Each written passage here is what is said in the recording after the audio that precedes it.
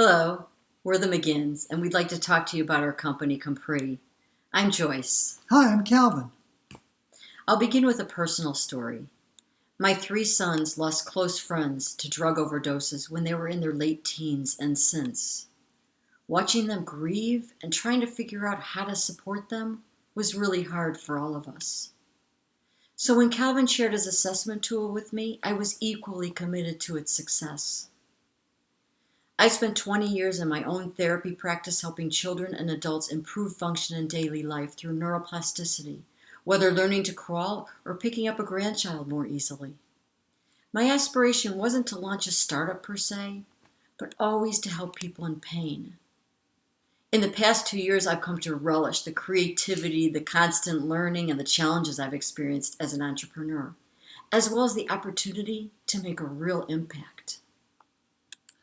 As a Southside Chicago ER nurse and care manager, I've watched so many people die needlessly, suddenly, and over time, as addiction and stigma slowly strip away their health and humanity. Nobody's held up a mirror to show them not just what's wrong with their lives, but also what's right, and how to get more of that.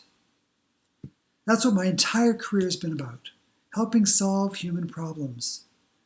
When the transition from GPs to family docs needed behavioral medicine integration, I created the National Forum for the Behavioral Sciences and Family Medicine, now in its 40th year, so teachers could cross-pollinate and celebrate their best teaching tools. When GM needed an exit strategy for 20,000 laid-off workers, I wrote a computer assessment for those at risk for depression and suicide, and a cartoon story that helped a lot of people make a safer transition. And when addiction medicine met the opioid epidemic, the elephant in the room was a chronic illness being assessed and treated like an acute one, inviting revolving treatment doors, spiraling relapses, and more deaths than the AIDS crisis at its peak. 4 years later, plus 40 years in the trenches, and guess what showed up?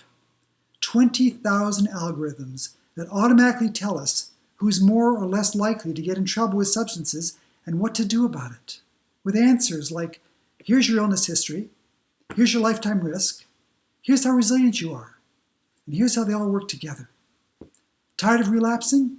Here's what you need to do to get your life back and keep it. That's risk stratification. The math was challenging, but the path to parity with every other chronic illness was always pretty straightforward. It just hadn't been done yet. Turns out all those academic and clinical years at the intersection of medicine, nursing, addictions, and family therapy were the best container to grow what was missing.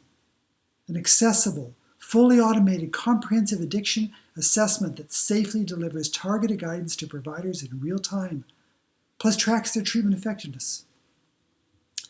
Want to know what makes us unique?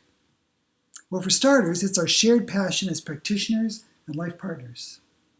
Joyce and I have both seen too much to wait for somebody else to step up and get it done.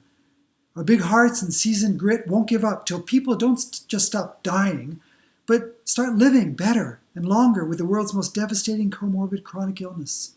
And for that to happen, the whole addiction field needs to step up and bring its practices in line with the rest of medicine.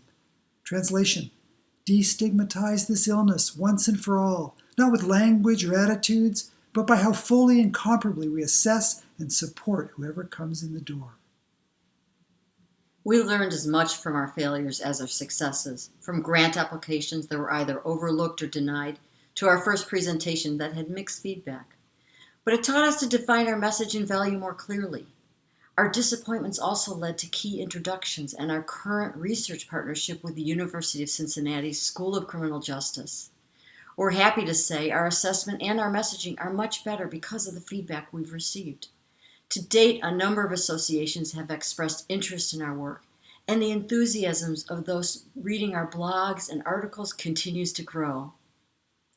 The research confirms we have the right ingredients, and the path we're on is already bringing assessment and treatment clarity to the addiction field. Please help us turn a world of pain into healing communities of more resilient lives. Thank you for taking the time to meet us and learn about our work. We're excited to share more details at our next meeting.